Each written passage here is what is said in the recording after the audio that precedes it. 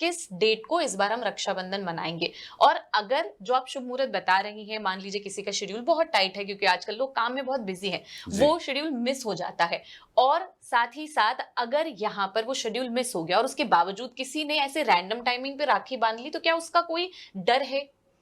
27 तारीख को 27 तारीख को जो है भद्रा शुरू हो रही है और हम्म। इस बार सबसे अच्छी बात यह है कि भद्रा 28 तारीख को नहीं है। हम्म। तो 28 तारीख को यह जो पूर्णिमा तिथि है, हम्म। पूर्णिमा 27 अगस्त को प्रातः 9:08 से प्रारंभ हो रही है और पूर्णिमा तिथि 28 अगस्त को 10 बजे तक पूर्णिमा तिथि है, यानी सूर्य के स्पर्श में पूर्णिमा विराजमान है। हम्म। तो ऐसे में 28 अगस्त को ही यह पर्व मनाया जाएगा। दूसरा सबसे महत्वपूर्ण विषय यह है कि 28 तारीख को भद्रा का स्पर्श ही नहीं है, यानी प्रातः से लेकर के और रात्रिकालीन बेला तक किसी भी प्रकार का भद्रा नहीं पाया जा रहा है, जिसके कारण से रक्षाबंधन में व्यवधान हो।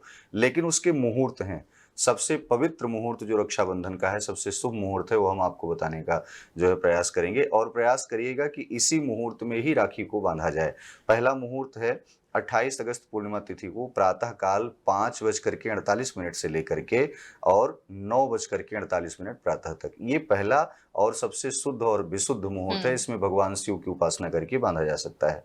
दूसरा मुहूर्त इसका दोपहर में जो बताया गया है, दोपहर में राखी बांधने का मुहूर्त है 11:56 से लेकर के 12:48 तक। हम्म। आप दोपहर काल में भी राखी बांध सकते हैं। यदि वहां तक आपने रक्षाबंधन नहीं किया तो सायंकालीन बेला में भी रक्षाबंधन बांधने का मुहूर्त है। शाम को है 3:34 से लेकर के 5:11 तक आप शाम को भी रक्षाबंधन बांध सकते हैं।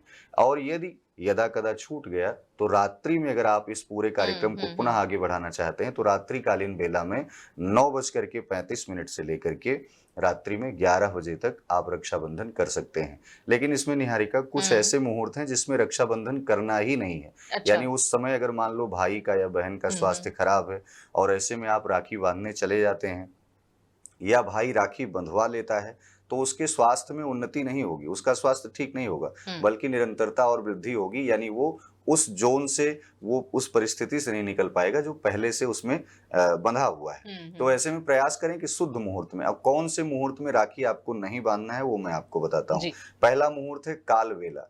काल वेला प्रारंभ हो रही है प्रातः काल 10:40 से लेकर के हम्म। दोपहर में 11:50 तक। पहली काल बेला है, इसमें बिल्कुल राखी आपको नहीं बांधना है। दूसरी रोग बेला है, रोग बेला में भी आपको राखी नहीं बांधना है। 1:58 दोपहर से लेकर के 3:30 तक रोग बेला रहेगी, इसमें भी आपको राखी नहीं बांधना है। हम्म। तीसरी फिर से काल बेला आ रही है जो सायंकालीन बेला में रात्रि में रहेगी। रात्रि में 8 बजे से लेकर के 9:30 तक आपको रक्षाबंधन नहीं बांधना है। जो शुभ मुहूर्त बताए गए हैं रक्षाबंधन, उसी में आपको बांधना है। ये काल बेला और रोग बेला में बांधे गए रक्षा सूत्र का जो प्रभाव है वो व्यक्ति के आयु पर भी पड़ता है, आयु के साथ साथ उसके स्वास्थ्य पर भी पड़ता है। तो इसलिए आप उत्तम स्वास्थ्य के लिए, अपने भाई की रक्षा के लिए रक्षा सूत्र बांध रही हैं, इन मुहूर्तों में जो बताया गया है वो बिल्कुल रक्षा सूत्र न बांधें। जो आवश्यक शुभ मुहूर्त बताए गए हैं उसमें आप रक्षा सूत्र बांधें।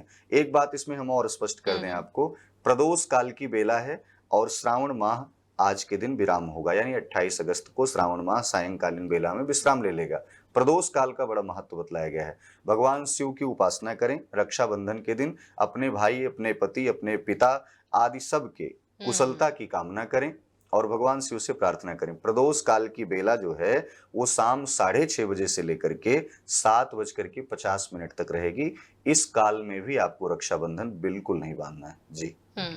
तो पंडित जी ने इस चीज को बहुत आसान बना दिया है कि आपके लिए बहुत सारी टाइमिंग है। ऐसा नहीं है कि सुबह आप नहीं बांध सकते, दोपहर में नहीं बांध सकते, रात को नहीं बांध सकते, इसलिए बहुत सारी टाइमिंग बताइए, तो मिस होने का स्कोप जो है वो बहुत कम है।